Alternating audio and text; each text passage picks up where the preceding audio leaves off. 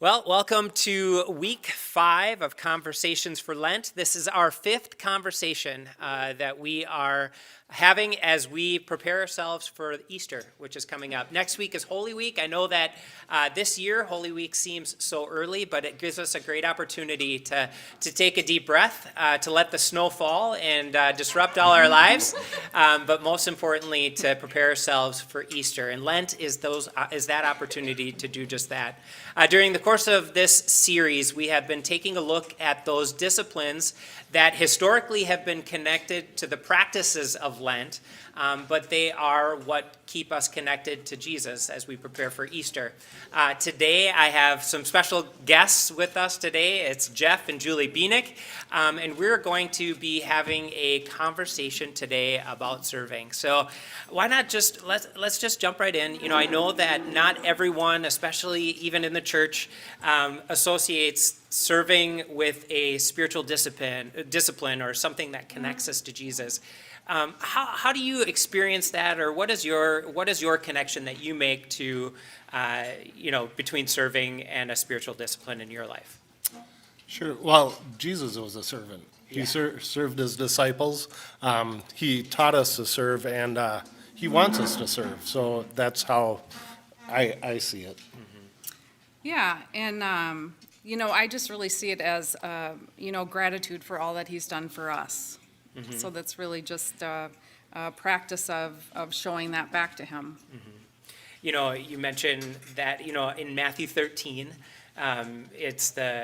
We look really close into that as a part of Holy Week, where Jesus washes his disciples' feet. Mm-hmm. And during that conversation that he's having with his disciples, he says to them, he's like, I have washed your feet, now do the same for each other. Mm-hmm. And I feel like not only is that an invitation into service, but it's the invitation into the responsive service that you're talking about, Julie, mm-hmm. where it's like, I am so changed or so transformed that I can't help but see that happen in others. Mm-hmm. So, when we were talking about preparing for today and kind of getting things lined up, I mentioned to you, Jeff, that it's you guys came to mind because it has been such a lifestyle that you live. Is there a particular event, something that you remember making that deep connection between serving and the meaning that is behind it? Sure. And I think Julie and I both agreed on this about 20-some years ago. Cindy was doing a spiritual gifts course, and we took that, and we discovered our spiritual gifts and our passions. And my passion is definitely cooking. I love to be in the kitchen, and after that, we found places that we could get involved in. And back then, Alpha was one of them, so we got plugged in right away, and we're able to, use our God-given gifts and serve in areas that we really loved. Yeah, it was through that class. It was really exciting to hear that God, as followers of Christ, we're all given these, spiritual gifts, and they're to be used to, build up the church. They're to be used to bless others, and we all get them. They're unique. All of us get them, which is so exciting, especially for maybe a person like me that grew up and I wasn't really great at any particular thing. It's exciting to know that you have this gift and he gives it to us. Yeah, and it's not up to us to be good at it, because Right. it's just how he blesses us or gives Absolutely. and invests in us. What a cool experience. And so that course was life work, Yes. and life work is a system of looking at another resource called Network that identifies those spiritual gifts, and just recognizing that when we receive Jesus into our life, that along with Jesus and the Holy Spirit, that come these spiritual gifts, and when we practice those, there's not only a benefit to the people around us, but there is a fulfillment in us too. And is that kind of you've been your experience as you've practiced those gifts? Do you remember back, what were the actual gifts that you were evaluated to have? Faith, hospitality, and I forget my third one. Okay, And mine was wisdom and administration. very good.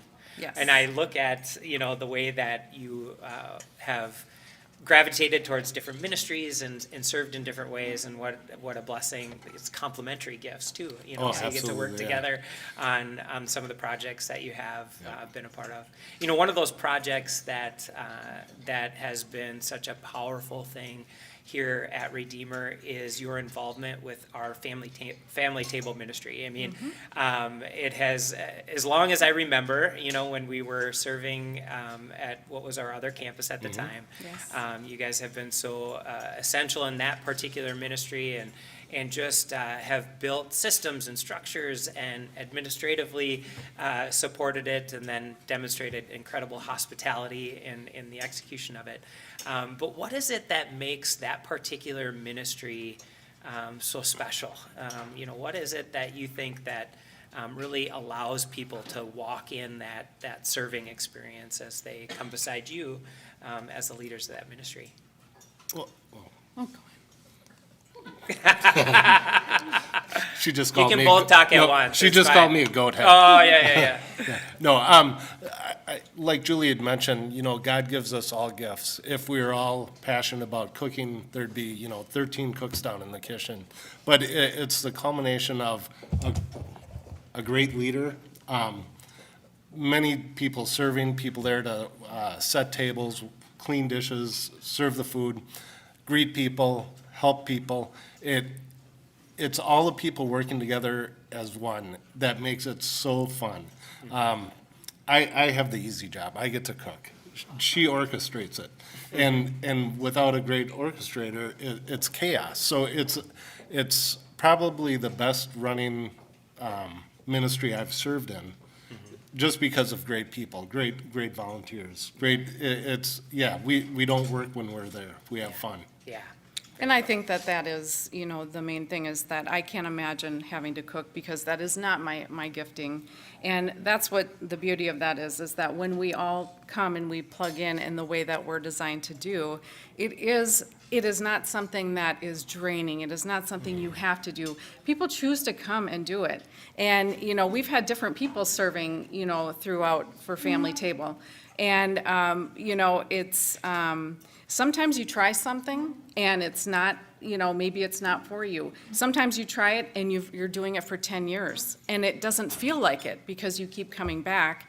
And the thing is, it's not a predictable ministry. When you have a meal, when you have different people coming in all the time, all these different elements, you have to be reliant on God for it. You have to be lifting that up to prayer, you know, in prayer, you know, to God for it. And it is always different every single time. Yeah. So what you're telling me is that it isn't exactly how you plan it out in your mind beforehand every It single time? rarely is, which is a good thing. Yeah. We have learned that over Yeah. time, and how great of a place to be to know that it's beyond you, that it's not something that we can just show up and do. Because, you know, what would that be, you know, if we're just doing that in our own strength instead of relying on God? Yeah, then it'd just be a restaurant, right? Exactly. Yep, which is, Right. and so much more, what you guys have created. You know, I had an opportunity, I was actually leaving as many of the guests were coming in this last Monday, just this Monday, and seeing some people who I know have been coming for as long as we've been doing it, Yes. 15 Absolutely, years. And it's so cool to just step into a conversation with them.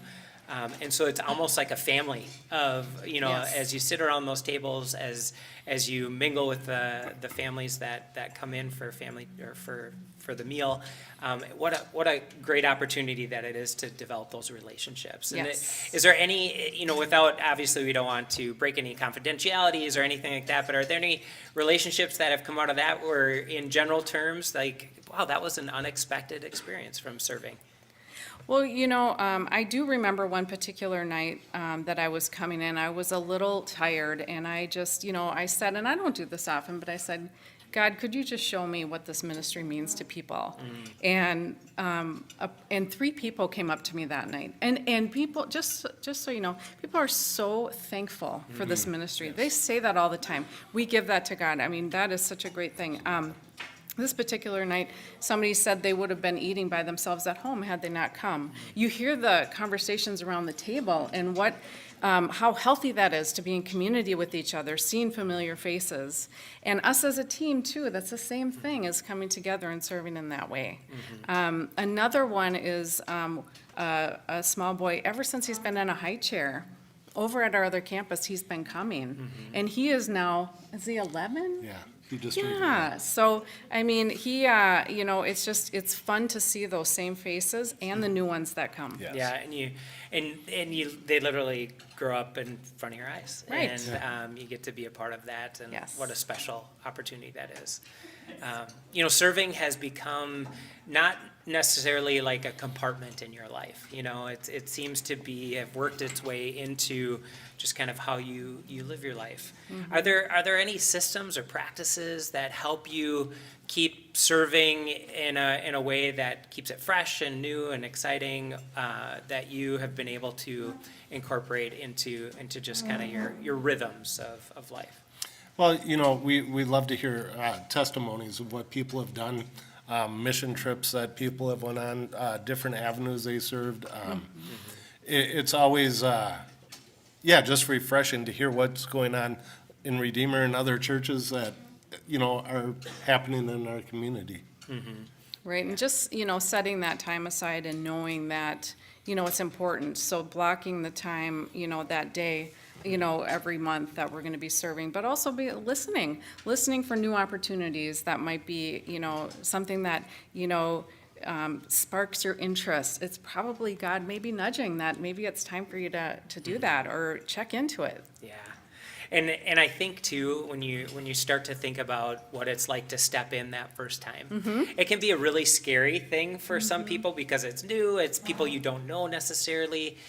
For somebody that's looking to get connected with serving or maybe taking a first step into that, what advice would you have for them as they would look for an opportunity or even step into one? I'd say, find something you love to do and find a way to get involved in it. And that could be an area where you're, woodworking, being Quilting. with people, quilting, anything, just Yep. find something you love to do and get involved. Or, figure out something you always wanted to do. Like, many people have always wanted to go on a mission trip. There's always mission trips to go on, ways to serve, in our community or to the ends of the earth. Just find something and go for it. Yeah. And, I think it is important too, is once you kind of really hone into what you're interested in, is check in with the church and find out what's going on. I know it was really nice for Cindy Whitrock to sit down and help counsel on what it is that my passion area was, and, that she was, just in knowing what was going on in the church at that time. I had said to her, I feel like I would love to do a retreat, or something in a prison. And she had some connections for me. I had no idea, as far as how to get started in that. And we just happened to be having this ministry fair that was, all the ministries were set up and they were just sharing about their ministries so people could ask questions. And I remember talking to Dennis and Linda Peterson, and they came alongside of me, and they told me about their experience, and they went on that when we went to Shakopee Prison for the first time. So people coming alongside of you is very helpful. So, and talking to people, so you don't have to do it on your own. Having those connections is really important too. So Yeah. sometimes the church is a really great place for that. Yeah, that's fantastic. I think it is a special opportunity. Now there's on our website we have this. I want to get plugged in and serve, and there's some opportunities that are listed there. But I think where I've seen people get connected now, there's just this incredible way that people will. Not even on the list of things, but be able to make the connections, whether it's with the schools or, all kinds of different ways that people serve. And I think one of the things that comes to mind as we talk about that too is just, just recognizing when God is working in your life, right?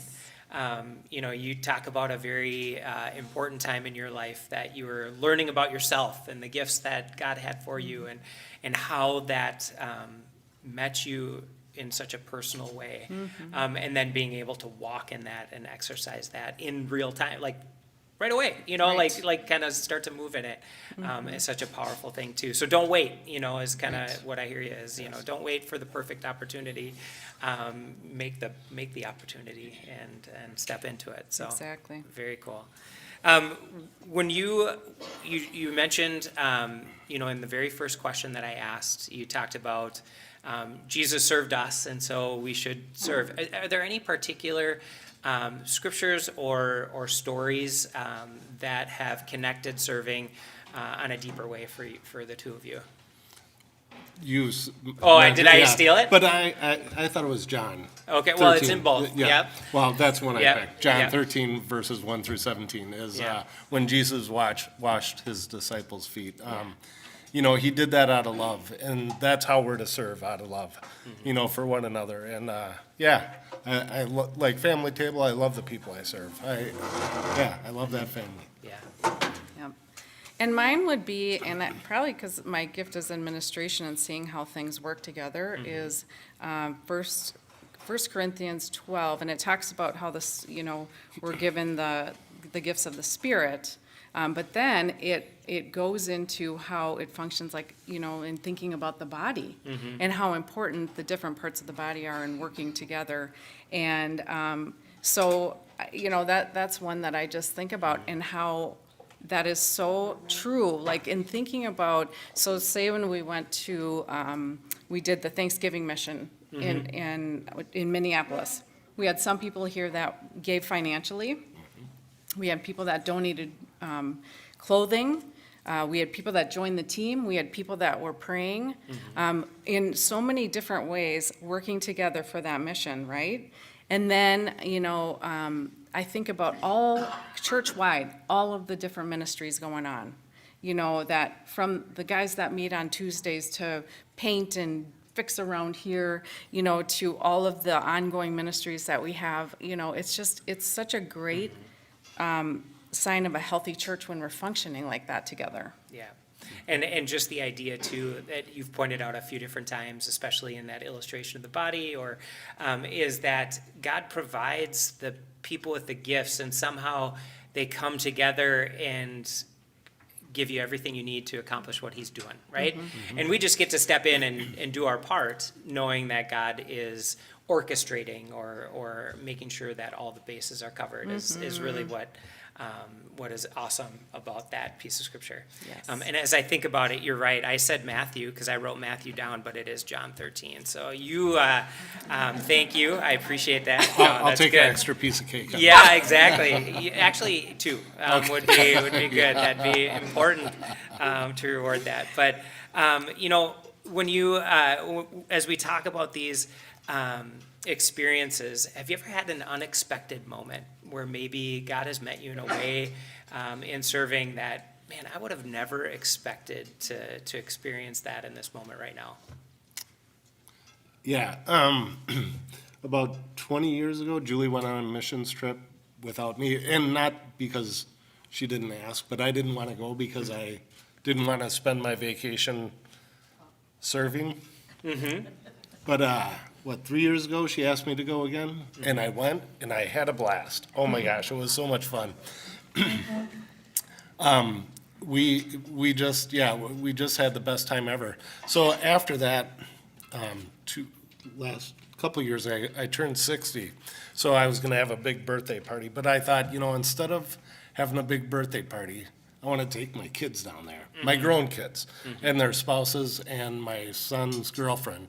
So we all went down there and served, and it was life-changing. It was great. Seeing, sorry. That's all right. My daughter is doing stuff, swinging a hammer up on a roof, and just seeing them do stuff that they would have never done before. And my son-in-law said to me, "This isn't work. We're having too much fun." So it was great. So afterwards, we spent a week down in San Diego, and our kids were going to give us money for food and lodging. I said, "You know what? take that money, what you're going to give to us, and put it back into your communities. And so, yeah, I'm sorry. My son started a ministry serving sandwiches to the homeless on Thanksgiving, and yeah, my other daughters volunteer. So it's just been, that moment was great. Yeah, there's nothing quite like serving to motivate you to keep going, you Yes. know, and having that powerful, and I remember all the, I remember writing the names down for that mission trip and seeing how so much of your family was Yes. connected there, and just being so excited for that opportunity for you guys. And thinking about, you know, what does this look like, right? Because both of you have experienced such a transformation in what it means to serve, right? You know, from 20 years ago to say, no, I don't want to spend my vacation that way, to now it's almost as though there's nothing I'd rather do, right? You know, it's like Right. how God works. And then seeing you pass that forward to your kids and what it is. So maybe not as surprising from our perspective now, but to watch it all play out, what a cool thing. What an amazing thing. So, you know, one of the things that has inspired me in serving is some of the encouragement I get, or some of the resources that I've reached into, or you know, read or listened to. What's going on with you guys right now? Is there anything that is speaking to you outside of the Bible? Anything, a resource, a podcast, message series, or anything like that has been touching you lately? You know, I would say that, you know, what's most powerful for me in that kind of a sense is that when I hear, you know, like, so our team that just got back from, where were they? They were just in Thailand, yes. And I never thought that I would want to go to Thailand. Even you know, go down to Tijuana again in a heartbeat, you know. But I never thought I would want to go. And then I heard them give their testimony about their serving opportunity, and it completely changed my mind about that. You know, I talked to Jeff about it, and I thought, you know, I said, would you ever want to go? And he said, well, maybe. Because it's very, that's inspiring to me when I hear what, you know, teams that go out and what they experience. You know, it's just so powerful when we say yes to something, and we're willing to go up and share, and, you know, with other people what we experience, because then that might bring other people to try that out. Yeah. Well, Joy, I think, is here today, who helped coordinate that trip and is working on the next one. So if you want to know more about that, Joy Benson would be the one to talk to. She's amazing Okay. with that. So fantastic. Well, you know, this has been such a powerful time in hearing your testimony. You know, I think that the way that you paid it forward with your family is something that is inspiring me. And I think even the way that you pay it forward in the serving with that, with Family Table, where there are people who have gone on to do other ministries. There's people who have doubled down and done even more with what Family Table is all about. And I just want to thank you so much for the contribution, the lifestyle that you lead of serving, and thank you for joining us and sharing your story and your testimony today. So let's give them a big round of Oh, applause. thank you. Thank you. And those of you online, we want to thank you for joining us today as well. If you want to stay connected to all the things that are going on at Redeemer, you can like and subscribe at the YouTube channel or Facebook, with whichever you are engaged with this on. And we'd love to see you again. This is the last of this series. If you missed the previous ones, you can go back and find them in the archives, but it is a great way as we approach Easter. Again, next week is Holy Week. I don't know if you have plans for Easter, but we would love if you would join us here at Redeemer. So thank you again for joining us for Conversations for Lent.